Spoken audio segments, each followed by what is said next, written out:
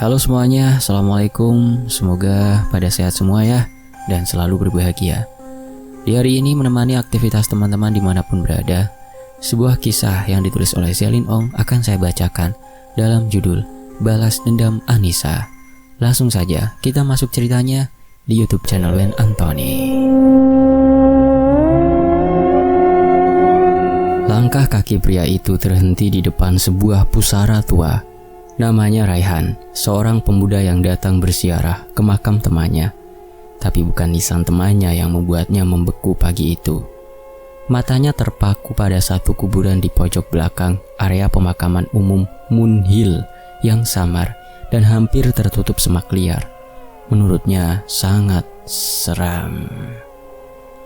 Entah saat itu dia merasa tertarik untuk mendekati makam tua dengan alasan penasaran. Namun, langkahnya terasa ringan saja untuk mendekati makam tak terurus itu. Seolah ada vibrasi yang membuatnya ingin tahu tentang siapa nama yang tertulis di batu nisan itu. Raihan kini sudah berdiri di depan makam itu. Dia membungkukkan sedikit badannya untuk melihat lebih jelas karena tulisan di nisan itu sudah ditutupi lumut. Tangannya dengan ringan membersihkan lumut yang menutupi bagian nama di nisan tersebut. Akhirnya, terlihat jelas tulisan itu dengan cat pudar di batu nisan yang sedikit retak. Anissa binti Jumadi, 1996 hingga 2018. Namun anehnya, seolah ada suara bisikan di telinga kirinya. Suara seorang perempuan. Kepergianku bukan karena ajal biasa. Gak mungkin. Ini perasaanku saja. Gumam Raihan pada diri sendiri. Suara lampu neon berkedip di pos penjaga makam. Degup jantung terdengar keras dari Raihan. Raihan menoleh ke arah pos jaga. Seorang lelaki tua tengah menyalakan rokok kretek. Tangannya gemetar saat melihat Raihan menatap nisan itu terlalu lama. Dengan langkah gontai, ia mendekat. "Mas, jangan lama-lama di situ," gumam si kakek serak. Raihan mengernyit. Makam ini seperti ditelantarkan. Siapa dia? Kakek penjaga menghela nafas panjang. Namanya Anissa. Gadis itu sungguh malang, cantik, tapi nasibnya apes. Dulu dia tinggal di gang kecil belakang rumah sakit Moon. Bapaknya sopir angkot, ibunya buruh cuci. Tapi wajahnya, Masya Allah, kayak artis sinetron. Tik-tik, suara gerimis mulai turun pelan, diikuti suara kertak daun kering diinjak kresek-kresek. Raihan mendekatkan jas hujan ke tubuhnya. Tapi rasa ingin tahu lebih deras dari hujan itu. Terus kenapa makamnya kayak gak ada yang ngurus? Si kakek menatapnya tajam, lalu duduk di bawah pohon nangka tua. Karena kematiannya bukan kematian yang biasa, Mas. Apa yang terjadi padanya, kek? Tanya Raihan ingin tahu. Mas yakin mau mendengarnya? Namamu siapa? Raihan, kek. Nama saya Raihan. Nah, maksud saya kenapa Mas Raihan ingin tahu begitu jauh? Gak apa-apa. Saya hanya penasaran saja, kek. Siapa tahu ini bisa menjadi salah satu bahan tulisan saya di blog yang saya punya. Oh begitu. Baiklah, akan saya ceritakan pada Mas Raihan. Tahun 2018 di malam Jumat. Kampung kecil kami di belakang rumah sakit Moon masih remang saat Lucky menghentikan ambulan di ujung gang. Dengan seragam sopir rumah sakit yang melusuh, ia menyisir rambut berminyaknya dengan tangan.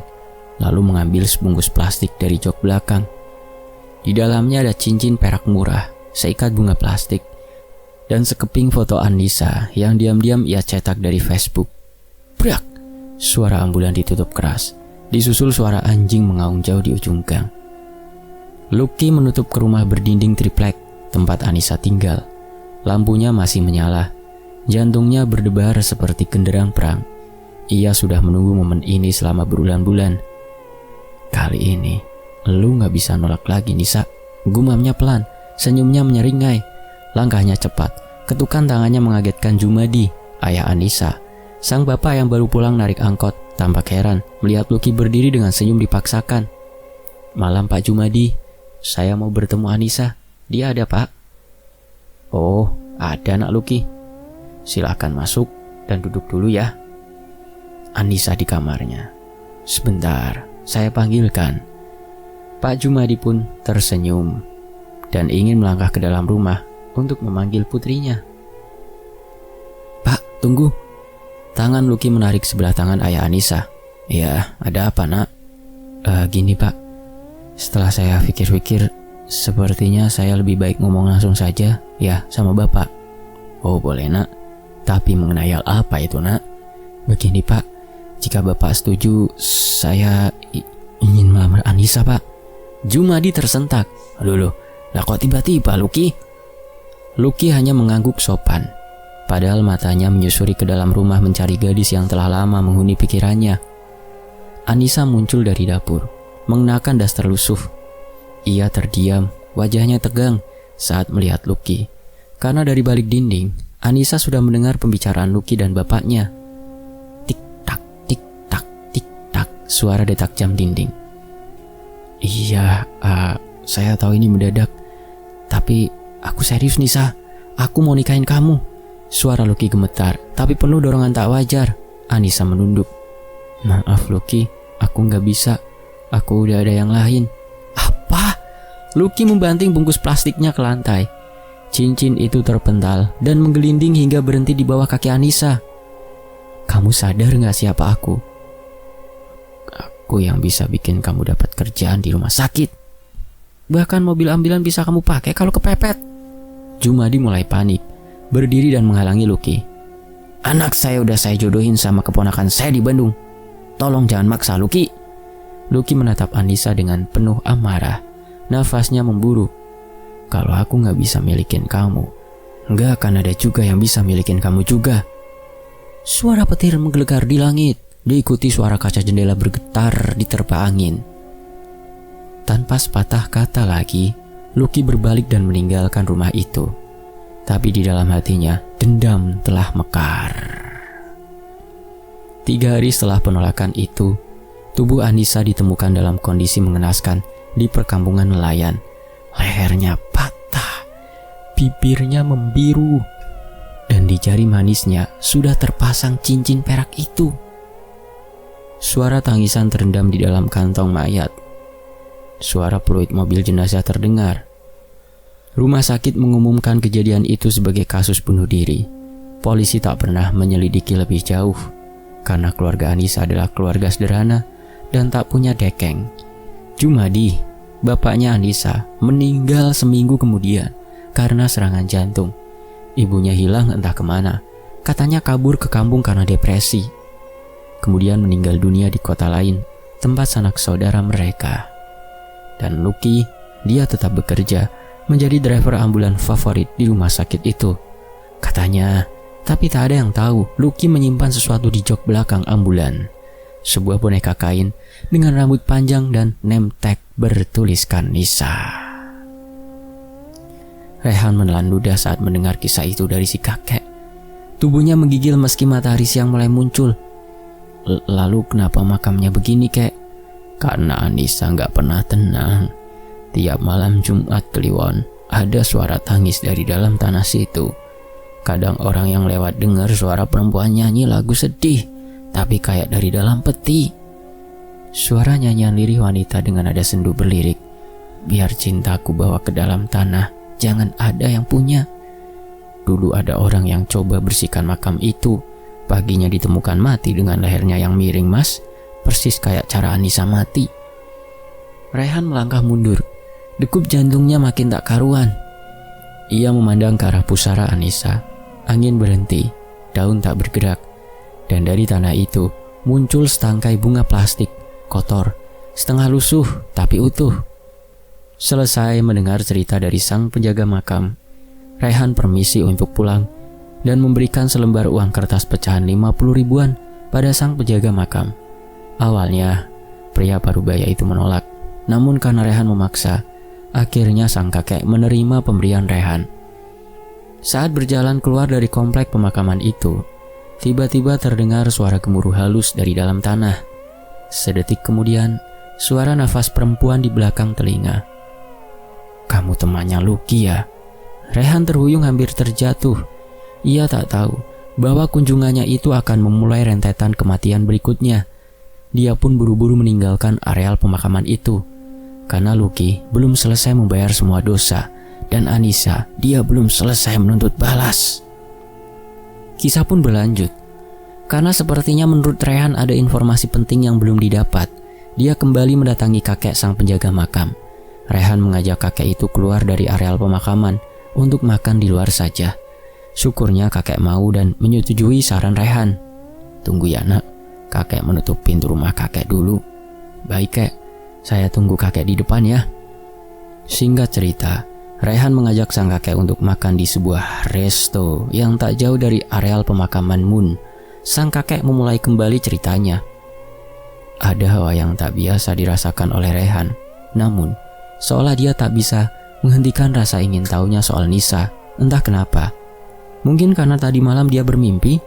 Dalam mimpinya, sosok wanita cantik menemuinya. Senyumnya tulus dan lembut. Wanita itu berkata, "Terima kasih telah mengunjungiku. Kau boleh tahu kisahku?" Kemudian mimpi itu usai di pagi hari. Setelah Rehan dan kakek penjaga makam selesai makan, sambil menyeruput kopi, sang kakek mulai bercerita kembali. Kali ini lebih detail. Entah kenapa di malam itu sekitar 4 tahun yang lalu, langit malam seperti membuka gerbang petaka. Udara begitu berat, seolah menahan nafas atas sesuatu yang belum selesai. Di salah satu rumah sempit di gang belakang rumah sakit Moon, Fitri berlari tergopoh, menyusuri lorong sempit sambil membawa foto Anissa. "Nisa belum pulang dari malam Kamis," teriaknya lirih, matanya sembab. Ia menunjukkan foto itu pada warga yang berkumpul di warung kopi. "Tolong, kalau ada yang lihat kakakku." Ujang, kakak tertua Anissa, berdiri di belakang Fitri. Rahangnya mengeras, tangan mengepal. Mata laki-laki itu tampak memerah, tak hanya karena cemas, tapi karena firasat buruk yang kian menyesakkan dada. Malam itu dia pamit kerja shift malam di rumah sakit, tapi pagi-paginya suster di sana bilang dia nggak pernah datang. Gumam Ujang, matanya menatap kosong. Suara gerimis mulai turun. Tik-tak, suara detik jam dinding. Sudah 3 hari, tak ada kabar, tak ada jejak, hanya perasaan yang menukik ke jurang paling gelap. Lalu kabar itu datang dari nelayan yang mencari ikan di pantai Batu Rantai. "Astaga, mayat perempuan!" Suara teriakan panik nelayan, diikuti suara ombak bergelombang kencang. Tubuh Anissa ditemukan mengambang di antara batu karang. Terjepit dan hampir tak bisa dikenali. Kulitnya pucat, rambutnya menutupi wajah, tangannya mengepal seperti sedang berdoa. Namun tubuh itu telanjang, penuh luka tusuk, lehernya patah, dan dari hasil visum ada tanda-tanda pemerkosaan. Krak! Suara putir menggema. Tek-tek, tetesan darah. Fitri menjerit dan pingsan saat melihat jenazah adiknya di rumah sakit. Ujang hanya diam, wajahnya beku, tapi matanya menyorot seperti bara api. Ia tahu ini bukan sekedar pembunuhan. Ini adalah pesan yang tersirat dari kematian adiknya yang tragis. Malam harinya, Fitri menangis sendirian di kamar. Suara azan Isya dari masjid terdengar menggema, tapi di rumah itu hanya ada rasa dingin dan hampa. Ujang duduk termenung di ruang tamu. Ia memandangi foto Anissa. Wajah adiknya tersenyum polos, tak bersalah, tak layak menerima kematian sekeji itu. Polisi bilang gak ada saksi, katanya gak cukup bukti buat proses lanjut, gumamnya. Lirih, suaranya pecah. "Kamu pikir aku bakal diem, Nis?" Gumamnya lagi. Tangannya menggenggam foto itu erat. "Aku bakal datengin dia. Aku bakal panggil yang bisa bantu, meskipun itu setan sekalipun." Suara petromak berdesis di ruang tamu, diikuti suara-suara nyaring tikus di loteng. Ujang bangkit dengan jaket tua dan motor butut. Ia meluncur ke arah pinggiran desa, lewat jalan tanah berbatu yang hanya dilalui angin malam dan bisikan arwah penasaran. Tujuannya adalah rumah tua milik Nenek Siti, seorang dukun yang sejak lama dikucilkan masyarakat. Dulu ia dikenal karena membantu banyak orang, tapi ia juga dituduh menyimpan ilmu hitam. Sejak cucunya meninggal misterius, Nenek Siti memilih hidup menyendiri di rumah tua di tepi hutan jati. Krek, krek, suara kayu berkerak saat pintu didorong. Ujang berdiri di ambang pintu. "Saya mau minta tolong, Nek." Nenek Siti duduk di sudut ruangan remang. Dinding rumahnya penuh kain hitam dan botol-botol kaca berisi cairan aneh. Seekor ayam hitam terikat di sudut. Sebuah kendi besar mengeluarkan asap putih. "Kau mau panggil arwah adikmu, Anissa?" Ujang mengangguk. "Saya mau dia diberi keadilan, Nek. Saya mau pelakunya mati." Nenek Siti tersenyum miring. "Kau tak perlu lakukan apapun, Ujang, karena aku lihat arwah Nisa sudah bangkit. Dia mati membawa dendam." "Apa benar seperti itu, Nek?" "Iya, Ujang. Tanpa ku bantu, sebentar lagi balas dendam Anissa akan terlaksana. Lihat saja nanti keadaan kampungmu bagaimana." "Baiklah, Nek, jika Nenek berkata seperti itu. Karena saya ingin para pembunuh adik saya mendapat ganjaran yang setimpal. Tapi bisakah saya bertemu dengan Anissa, Nek?" "Baiklah, jika itu maumu, kita akan coba. Semoga dia berkenan untuk datang." Krak, suara cawan keramik dibanting. Fuss, suara api menyala. Nenek Siti mulai menggambar simbol merah di lantai dari darah ayam yang baru saja ia potong. Ayam itu meronta, lalu mati. Ujang menatap tanpa berkedip. Ceras, suara gigitan. Tus, tus, tus, tetesan darah. "Letakkan foto Anissa di tengah lingkaran darah ini," perintahnya. Ujang mengikuti tanpa ragu. Nenek Siti menggumam mantra. Suaranya naik turun seperti nyanyian ruh. Seketika udara di ruangan menjadi lebih dingin. Nafas Ujang membentuk uap. "Abang, tolong aku." Suara bisikan gaib. Lilin-lilin berkelap-kelip. Angin berputar liar. Kendi meledak pecah. Dan di tengah lingkaran itu muncul sesosok bayangan perempuan. Wajahnya kabur, tangannya berlumuran darah. Matanya menangis, tapi bibirnya melengkung tersenyum. "Anissa?" gumam Ujang. Bayangan itu mengangguk perlahan. Ia menunjuk ke arah timur, ke rumah tua belakang rumah sakit Moon. Di sanalah Lucky tinggal. Dia pelakunya?" Ujang bertanya dengan suara berat. Bayangan itu menunduk, lalu mengangkat tangannya dan membuat isyarat mengiris leher sendiri. Shh, suara desis panjang dari lantai. Nenek Siti menatap Ujang dengan serius. Sekarang roh Anissa sudah bangkit sendiri, tapi dia tak bisa kembali begitu saja. Ia akan terus haus pembalasan dendamnya. Sebelum malam Jumat berikutnya, darah harus dibayar darah. Ujang berdiri, wajahnya tegas. Kalau begitu, biarlah dia dapatkan apa yang dia mau. Mata Ujang berkaca-kaca setelah dia melihat arwah adiknya. "Ternyata kau akan bergentayangan sendiri, Dek. Lenyapkan mereka yang sudah membunuhmu. Abang mendukungmu." Ujang pun pamit pada Nek Siti.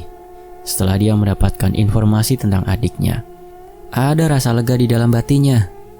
Malam Jumat Kliwon pun tiba. Lucky duduk di dalam ambulans sambil menyalakan rokok. Ia memandang keluar jendela garasi rumah sakit. Dia menatap ke langit melihat bulan penuh. Dan entah kenapa, udara malam itu terasa lebih dingin dari biasanya. Padahal AC mobil sudah dimatikan. Shh, suara rokok dihisap dalam. Disusul suara denting besi terhempas di garasi. Klenting. Ia mendengar sesuatu. Langkah pelan, tapi tak ada siapa-siapa. Hanya mobil-mobil ambulan berjejer dengan bayangan dirinya di kaca. Tiba-tiba kaca spion ambulan berembun, padahal tidak ada hujan. Di kaca itu tertulis tulisan seperti dicakar. "Aku sudah kembali." Suara jantung berdetak cepat. Suara tangan mengetuk kaca. Lucky menoleh cepat ke kanan dan kiri. Tak ada siapapun. Tapi ketika ia kembali menatap kaca, sesosok perempuan berdiri di belakangnya. Rambut panjang, wajah pucat, dan cincin perak di jarinya. Nisa, jeritnya. Anissa seolah melangkah perlahan. Namun di setiap langkahnya, tak terdengar jejak kaki yang melangkah. Lampu ambulan menyala dan mati sendiri. Lucky mundur, tersandung, lalu jatuh di lantai garasi. Tangannya meraba ke arah kunci mobil. Tapi yang ia temukan justru foto dirinya dan boneka kain yang pernah ia sembunyikan. Boneka itu sudah berdarah. Ampun, jangan, aku salah, aku nyesal, teriakan histeris. Anissa mendekat, mulutnya mengucap lirih. Kalau aku tak bisa hidup, kau juga tak pantas. Ah! Suara teriakan menggila. Serak! Suara petir menyambar kabel. Suara mesin ambulan menyala sendiri lalu redup. Pagi harinya, Lucky ditemukan terbujur kaku di dalam ambulan yang menabrak tembok rumah sakit. Mayatnya terjepit setir mobil yang ia kendarai sendiri. Lehernya patah, matanya melotot, dan jari manisnya sudah tersemat cincin perak. Suara hujan rintik-rintik di atap dedaunan. Malam itu langit seperti kelam tanpa batas. Bulan tampak muram, seakan menyaksikan rencana jahanam sedang dilaksanakan di antara kabut tebal dan desir angin yang membawa bau anyir darah dan bunga melati yang menusuk hidung. Suara nafas berat terdengar di telinga. Krok, suara kuburan retak. Jauh di pemakaman tua Munhil, sesuatu bergerak. Tanah menggelumbung, kayu nisan Anissa retak. Dari dalam liang terdengar gumaman lemah. Bang Ujang, Fitri, kenapa kalian biarkan aku sendiri? Duar, suara petir berkilat. Rehan dengan wajah serius mendengarkan cerita sang kakek dengan seksama. Namun, ada satu pertanyaan yang akhirnya ia lontarkan. Kek, lalu dari mana Nisa kenal Lucky? Dan bagaimana perjalanan kisah mereka? Lengkapnya seperti ini, Nak Rehan. 5 tahun lalu, Anissa adalah gadis bersuara lembut dengan seragam putih-putih keperawatan. Berjalan kaki, menyusuri lorong sempit menuju halte. Rambutnya dikepang rapi. Di punggungnya tergantung tas besar berisi buku pelajaran dan bekal makanan buatan Fitri. Jangan lupa makan siang ya. Aku masak oseng tempe favorit kamu, Kak, ujar Fitri sambil menyerahkan kotak bekal. Usianya baru 13 tahun, tapi sudah seperti ibu kecil bagi Anissa. Anissa mengusap rambut adiknya. Iya Fitri sayang, kakak akan pulang sore, tunggu ya. Ujang dari belakang pagar mengangguk bangga melihat adiknya yang rajin dan pintar. Kamu harus jadi perawat yang baik. Anissa menjawab dengan senyum. Aku janji bang. Tapi semua berubah sejak Lucky mulai muncul. Lucky adalah supir ambulan di rumah sakit tempat Anissa magang. Mulutnya manis, sering membawakan gorengan atau minuman ringan untuk para perawat. Tapi ada sesuatu di sorot matanya, sesuatu yang terlalu dalam, terlalu mengintai. Aku suka cara kamu merawat pasien, Nis. Kamu punya tangan yang hangat, ucap Lucky suatu malam sambil menawarkan minuman kaleng. Anissa menolak halus. Terima kasih bang, tapi aku biasa minum air putih aja. Ia tetap ramah, tapi menjaga jarak. Sejak itu Lucky makin sering muncul, membuntuti, mengirim pesan lewat memo tulisan di meja kerja Nisa, meski tak diberi nomor. Lucky tak pernah berhenti mengejar Nisa, bahkan ia sering memberi hadiah yang tak pernah diminta. Anissa bercerita pada Ujang, tapi hanya sambil lalu. Ia tak ingin menyusahkan siapapun. Dia cuma orang iseng bang, aku bisa jaga diri. Namun malam itu saat ia pulang dari shift sore, ia tak pernah lagi kembali ke rumah setelah menolak lamaran Lucky. Dan semenjak kematian Anissa sering terdengar langkah pelan dan menyeret. Rambut menutupi wajah, tubuhnya tidak seperti manusia hidup. Kaki-kakinya telanjang dengan darah membekas dari ujung ke mulut. Anissa adikku, desa Ujang pelan. Ia tak bisa menahan air mata. Tapi yang menatapnya bukan lagi adik manis yang suka oseng tempe. Mata itu berwarna merah menyala, bibirnya robek hingga ke pipi dan mengeluarkan darah yang menetes. Suaranya gemetar seperti ribuan suara sekaligus. Aku kembali bukan untukmu. Aku kembali untuk membakar semua yang menyentuhku malam itu. Suara-suara gemuruh dari bawah tanah. Krak, suara tulang patah. Dia masih ingat semuanya, kata Nenek Siti dengan suara ngeri. Pembunuhmu ada 3 orang, Lucky dan 2 preman yang dia bayar. Balaslah dendammu pada mereka. Mereka akan merasakan apa yang aku rasakan. Arwah Anissa memotong kalimat itu. Ia menghilang begitu saja dan larut dalam angin. Ujang terduduk. Ia tak tahu apa yang sudah ia lepaskan. Namun baginya kepuasan hati itu lebih penting saat itu. Dia akan membiarkan sang adik membalaskan dendamnya sendiri setelah Lucky mati. Di sisi lain kota, di rumah kontrakan sempit, 2 pria sedang bermain domino dan tertawa. Salah satunya Yayan yang mengenakan jaket kulit dan kalung salib miring. Satunya lagi Komet yang berkepala pelontos dan penuh tato di kedua tangannya. Mereka dulunya preman pasar, kini hidup lebih tenang. Tapi malam itu, semuanya berubah. Lampu kamar tiba-tiba padam. Diikuti suara angin menyusup lewat celah jendela. "Komet, kamu matiin lampu ya?" tanya Yayan waspada. "Lah, aku kan di sini bro, mana sempat matiin." Serak. Arwah Nisa masuk ke tubuh Yayan. Lalu Yayan dengan brutal menggorok leher temannya sendiri tanpa ampun. Darah menyembur dari leher Komet. Yayan mencengkram kepala Komet dan mengembaskannya ke lantai. Setelah Komet mati bersimbah darah, Yayan menjerit dan kabur keluar. Tapi bayangan itu mengikutinya berjalan perlahan, tapi tak bisa dihindari. "Nisa, maafin aku, itu Lucky yang suruh. Aku cuma..." Ting ting. Suara cincin logam diketukkan ke keramik. Nisa kembali merasuki tubuh Yayan. Kemudian dia membawa tubuh Yayan ke sisi jurang yang curam di kampung itu. Di bawahnya jalan lintas perkampungan, tingginya sekitar 7-9 meter. Malam itu sepi, hanya ada beberapa truk pengangkut batu yang lewat. Yayan terus berjalan di malam yang gelap menuju lereng curam itu. Kemudian dia menjatuhkan dirinya sendiri atas kendali arwah An-Nisa. Tubuhnya terjatuh dengan keadaan leher patah dan kepala yang pecah bersimbah darah. Ditemukan oleh seorang sopir truk yang melintas. Sopir itu menghubungi pihak kepolisian setempat. Mayat Yayan dibawa oleh para polisi ke rumah sakit terdekat untuk diserahkan ke keluarganya. Ujang yang mendengar berita itu keesokan paginya. 2 preman mati tubuhnya hancur, dengan 1 orang leher terpotong dan satunya lagi leher patah dan kepala pecah. Ujang berkata, "Akhirnya kau tunaikan dendammu, Dek. Pergilah dengan tenang." Ujang mengucapkan kata-kata itu dengan nada getir dan mata yang berkaca-kaca. Di pemakaman, liang makam An-Nisa tampak retak, tanahnya hangus, mengeluarkan asap, dan dari dalamnya terdengar suara nafas berat. Bahkan sang kakek penjaga makam yang melihat dengan mata kepalanya sendiri tak berani mendekat. Desas-desus di areal pemakaman itu menjadi bisik-bisik warga. Kebangkitan arwah An-Nisa yang ingin membalas dendam akan kematiannya yang tragis menjadi buah bibir. Ujang dan Fitri hanya menyunggingkan senyum.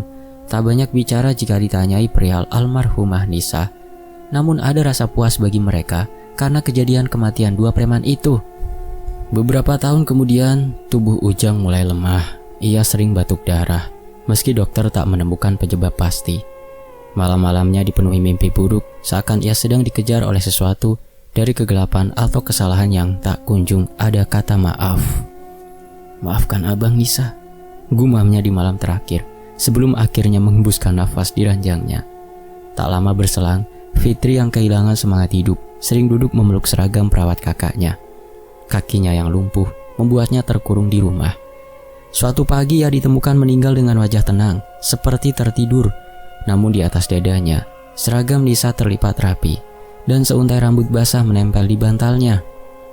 Tahun-tahun berlalu, makam Nisa kini tak lagi dikunjungi. Rumput liar tumbuh liar di sekitarnya. Nisan kayu rapuh dimakan rayap. Hanya suara angin malam dan lolongan anjing yang kadang terdengar dari arah sana. Warga di sana sangat ketakutan.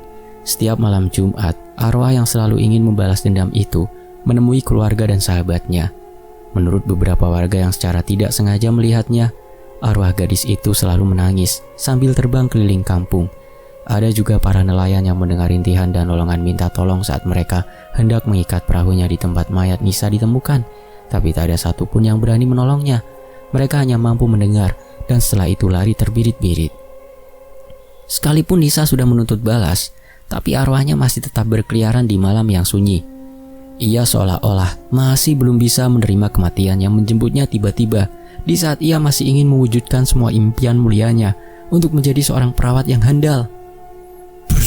Suara ombak di kejauhan memukul karang.